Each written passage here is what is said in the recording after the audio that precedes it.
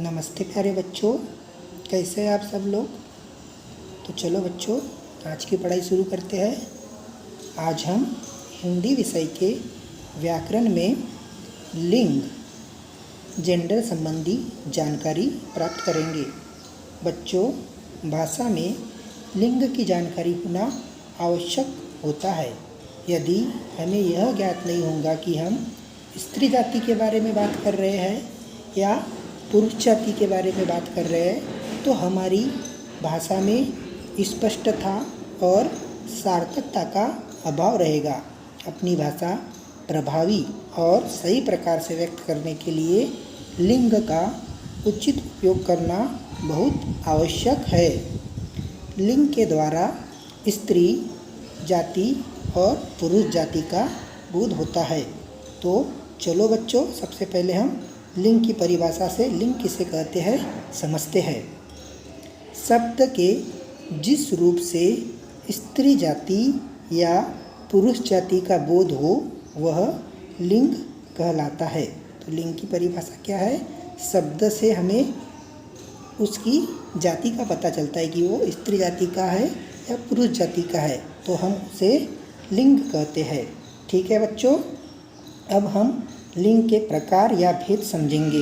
लिंग के दो भेद हैं, पुल्लिंग और स्त्रीलिंग। लिंग के कितने भेद हैं? दो भेद है। पहला है पुल्लिंग और दूसरा है स्त्रीलिंग। अब पुल्लिंग किसे कहते हैं वह समझेंगे। पुरुष जाति का बोध कराने वाले शब्द पुल्लिंग कहलाते हैं। जैसे जिन शब्दों से हमें पुरुष जाति का बोध होता है वह शब्द पुल्लिंग कहलाते हैं। जैसे सेठ, गधा, सुनार, बंदर, यह सभी शब्दों से हमें पुरुष जाति का बोध होता है, इसलिए यह पुल्लिंग शब्द है। ठीक है बच्चों, विशेष बातें। जो नाम पुल्लिंग होते हैं वे इस प्रकार है, मतलब जो नाम हमेशा पुल्लिंग होते हैं वो इस प्रकार है। तो दिनों के नाम, महीनों के नाम, पहाड़ों के नाम, पेड़ों के नाम, इमली को छोड़ के, ग्रहों के नाम, पृथ्वी को छोड़ के, देशों के नाम, राज्यों के नाम, समुद्रों के नाम, ये जितने भी हैं ये हमेशा पुल्लिंग ही होते हैं। ठीक है बच्चों।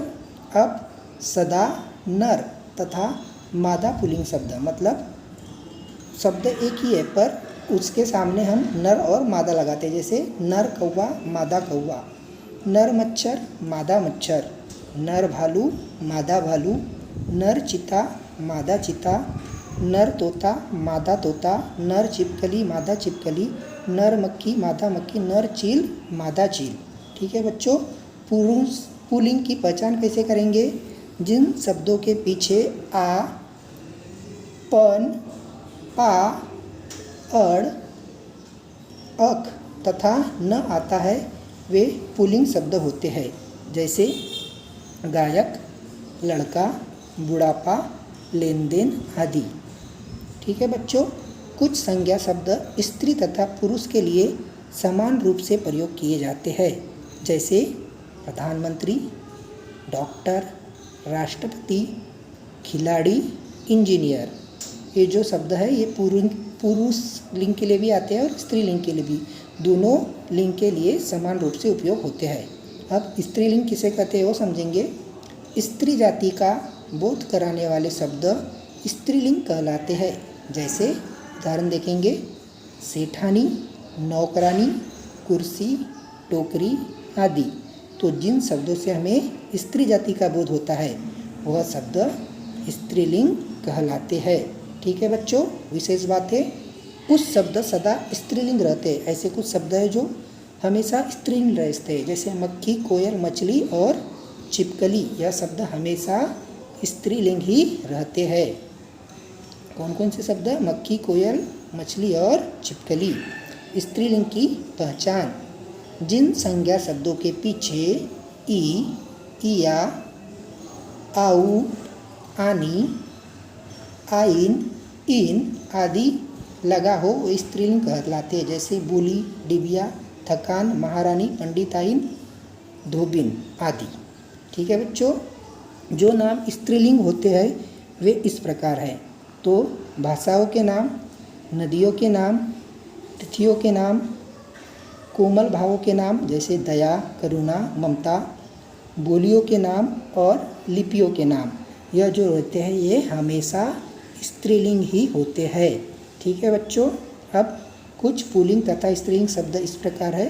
पुल्लिंग शब्द और स्त्रीलिंग शब्द लेखक, लेखिका, दादा, दादी, नाना, नानी, मामा, मामी, चाचा, चाची, मुर्गा, मुर्गी, हिरन, हिरनी, ससुर, सास, फूफा, बुआ, बूढ़ा, बुढ़िया, राजा, रानी, नौकर, नौकरानी, श्रीमान, श्रीमती, ऊँट, ऊँटनी, सेवक, सेविका, पुजारी, पुजारिन, चूहा, चूहिया, देव, देवी, हाथी, हथनी, पंडित, पंडिताइन, कवि, कवित्री, शिक्षक, शिक्षिका, मोर, मोरनी, शेर, शेरनी। ठीक है बच्चों। तो इस प्रकार हमने आज लिंग की जानकारी प्राप्त किए। आशा करते हैं आपको पाठ समझ में आया होगा। अगले वीडियो में फिर मिलेंगे। तब तक के लिए गुड बाय।